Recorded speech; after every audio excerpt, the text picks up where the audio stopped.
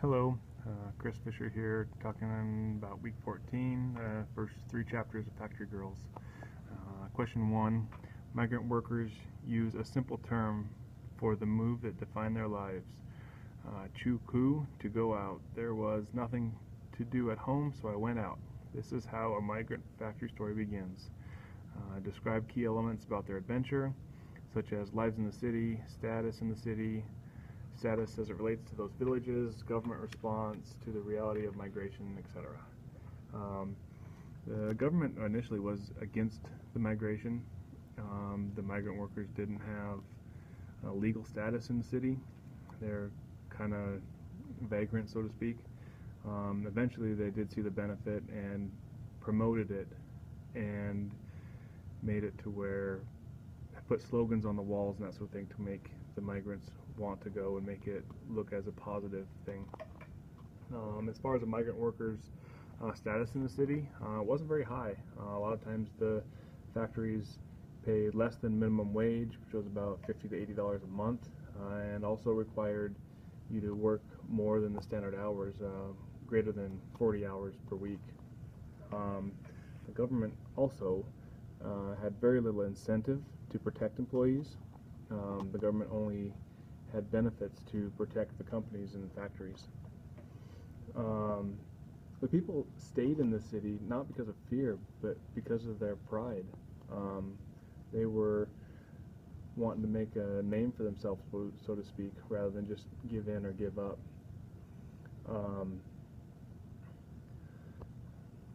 They said that to go out and stay out is to change your fate.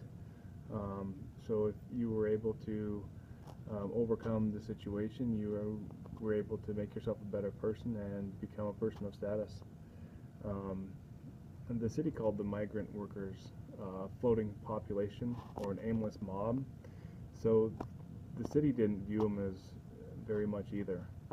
So the migrant workers were actually listed as very low on the totem pole, so to speak.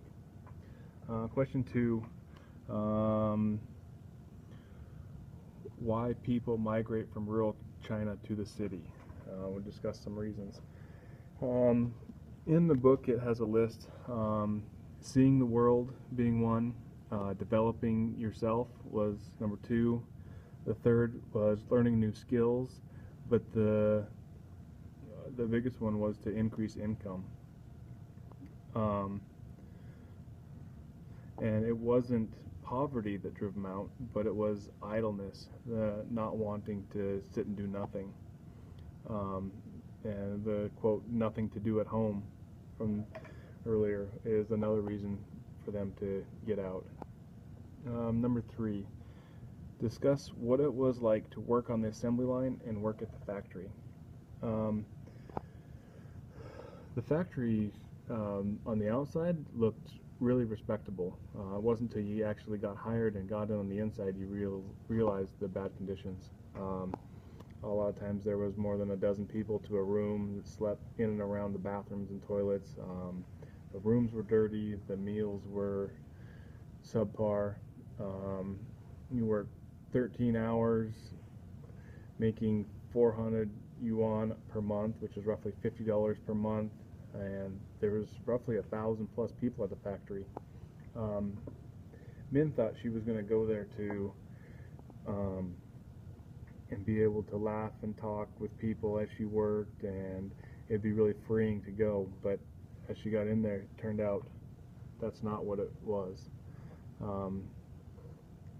She wanted to try to leave, and the boss told her that she had to stay there for another 6 months in order to get her first 2 months pay when she left. But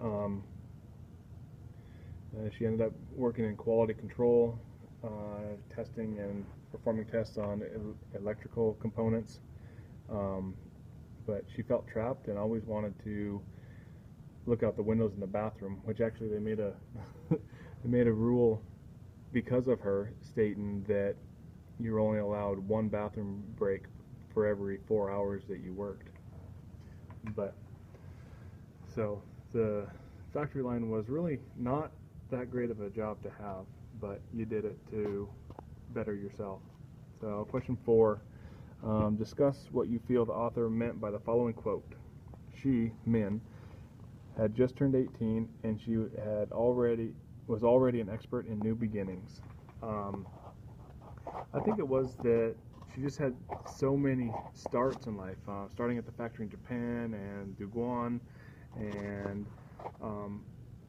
all the not experience, but just the keep on changing of atmosphere and jobs. She had tried a lot of different things and was,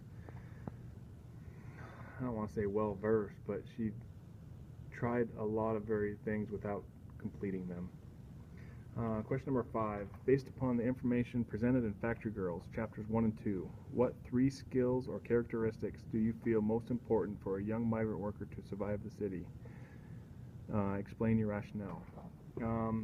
The 3 traits that I came up with was persistence, drive or motivation, and self-confidence. You had to, if you just tucked your head and worked, you'd become lost in the system. And you weren't all that good to start off anyway. So you had to be persistent in trying to better yourself.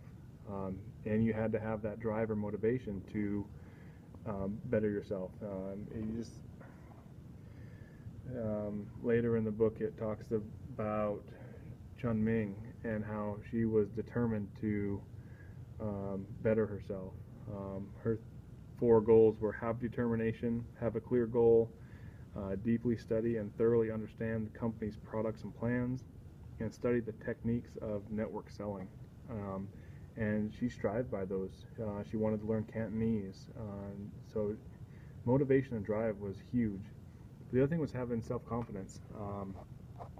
Like Chu Ming standing up to her boss and saying that she wanted this job, and then when he said no and gave her a different job, she didn't go to that job. She signed up for the clerk like she wanted. So having that self-confidence and knowing what you want and going for it is another trait. Question 6. Chapter 3 is entitled, "To Die Poor is a Sin."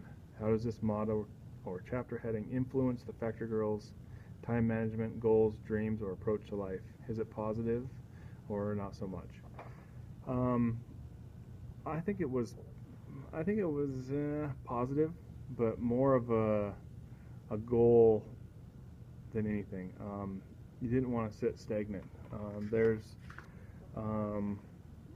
quotes that Chun Ming said, if you cannot learn Cantonese in this year, then you are a dumb pig, a dumb ox, and you need not to do migrant work in Shandong anymore.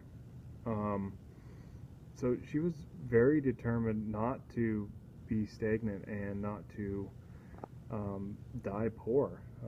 Another thing about it, there was a survey that men cited higher income as a chief purpose of leaving home, while women aspired to more experience in life.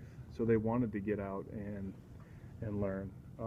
But the men could always come back to farming. The women, they really didn't have a home to come back to. Their, I don't want to say purpose, but for lack of better words, purpose in life was to go out and get married and start a new home somewhere else.